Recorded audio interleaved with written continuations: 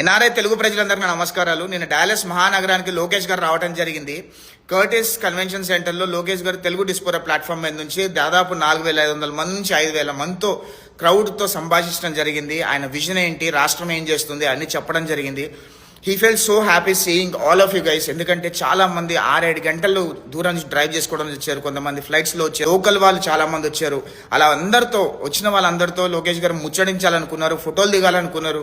కానీ కొన్ని event centre వాళ్ళు పెట్టిన రెస్ట్రిక్షన్స్ వల్ల లోకేష్ గారు ఫోటోలు దిగలేకపోయారు. అసలు ఏం జరిగింది అని తృప్తంగా మీకు చెప్పే ప్రయత్నం చేస్తారు. ఎయిర్పోర్ట్లో దిగినప్పటి నుంచి నిన్న ఈవినింగ్ వెళ్ళే వరకు అన్ని రకాలు కూడా సెక్యూరిటీ ఇష్యూస్ ఉండినాయి. లోకేష్ గారు ఎయిర్పోర్ట్కి వస్తున్నారని చెప్పి దాదాపు 300 మంది 200 మంది ఎయిర్పోర్ట్కి వచ్చారు. అక్కడ ప్యాసింజర్స్కి ప్రాబ్లం జరగడంతో ఎయిర్పోర్ట్ పోలీస్ ఏం చేశారంటే ఆయన తీసుకొచ్చి డైరెక్ట్గా హోటల్లో వదిలిపెట్టారు. పైనుంచి వెనక నుంచి తీసుకొచ్చి హోటల్లో వదిలిపెట్టారు. హోటల్ దగ్గరకు వచ్చేసరికి అక్కడ ఇంకొక 400 మంది 500 మంది జనాలు ఉన్నారు. ఆ 500 మంది జనాలు చూసేసరికి హోటల్ వాళ్ళు ఫ్రిస్కో పోలీస్కి ఫోన్ చేశారు. ఫ్రిస్కో పోలీస్ వచ్చి అదంతా క్లియర్ చేసే సమయానికి అదంతా క్లియర్ చేసి వాళ్ళందరినీ పంపించి బాల్ రూమ్లో లోకేష్ గారు మీటింగ్ అయిపోయిన తర్వాత లోకేష్ గారితో అక్కడ కూడా ఫోటోలు దిగుతా అన్నారు. లోకేష్ గారు ఫోటోలు దిగుతానంటే క్రౌడ్ చూసేసరికి పోలీసులు వచ్చి మీరు ఇక్కడ ఇమీడియట్గా రూమ్కి వెళ్లాల్సిందే అని చెప్పి పోలీసులు ఇన్స్ట్రక్షన్ ఇచ్చారు. అక్కడ నుంచి ఆయన జనసేన మీటింగ్ చేసుకున్నారు, బీజేపీ మీటింగ్ చేసుకున్నారు, ఒక ఇన్వెస్టర్ మీటింగ్ చేసుకున్నారు. ఆ మీటింగ్ చేసుకున్న తర్వాత పోలీసులు వెళ్ళిపోతారేమో, వాళ్ళందరితో ఫోటోలు దిగుదామని అనుకొని కూడా ఆ ఇన్వెస్టర్స్ మీటింగ్ అయిపోయిన తర్వాత పోలీసు వాళ్ళు అక్కడ దగ్గరుండి ఆయన రూమ్కి పంపించేశారు.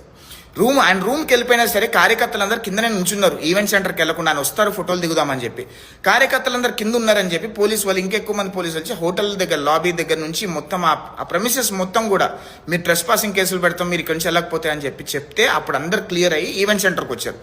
ఈవెంట్ సెంటర్ దగ్గర ఖచ్చితంగా ఫోటోలు దిగాలనుకున్నారు. అందరితో ముచ్చటించాల్సిన అవసరం ఉంది. So just make it happen అని చెప్పారు. కాకపోతే there are some issues what happen which could accommodate. Lokesh garu stage దిగి బ్యాక్ సైడ్ వెళ్లే లోపు ఇటు సైడ్ కూర్చున్న వాళ్ళందరూ కూడా బ్యాక్ సైడ్కి వచ్చేసారు. ఇటు సైడ్ లెఫ్ట్ రైట్ సైడ్ కూర్చున్న వాళ్ళందరూ బ్యాక్ సైడ్కి వచ్చేసారు. అక్కడ పోలీసు వాళ్ళందరూ ఆయన ప్రొటెక్ట్ చేసే క్రమంలో it was a heated argument between our people and police people అనమాట. మేము మా నాయకుడితో ఫోటో తీయడం కోసం మీరెవరు ఆపడానికి అన్నట్టు హీటెడ్ ఆర్గ్యుమెంట్ జరగటము, పోలీసు వాళ్ళని తోసేయటము, ఇవన్నీ జరిగేసరికి పోలీసు వాళ్ళు చాలా స్ట్రిక్ట్ అయిపోయారు.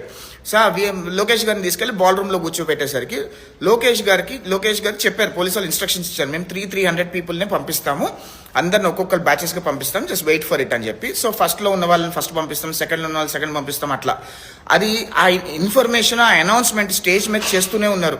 అందరూ కూర్చోండి ఒక్కొక్కరుగా పంపిస్తారు, 300 పీపుల్ బ్యాచెస్గా చేసి పంపిస్తారు అని చెప్తూనే ఉన్నారు. యాంకర్ చెప్తున్నారు, అదేవిధంగా అక్కడ ఉన్న ఎగ్జిక్యూటివ్ కమిటీ వాళ్ళు చెప్తున్నారు, అందరు చెప్తున్నారు. కానీ క్రౌడ్ మాత్రం I don't think they're listening to that announcements అని అనుకున్నా నేను. ఆ అనౌన్స్మెంట్స్ని ఎక్కడ కూడా ఎవరు పట్టించుకోవాలి.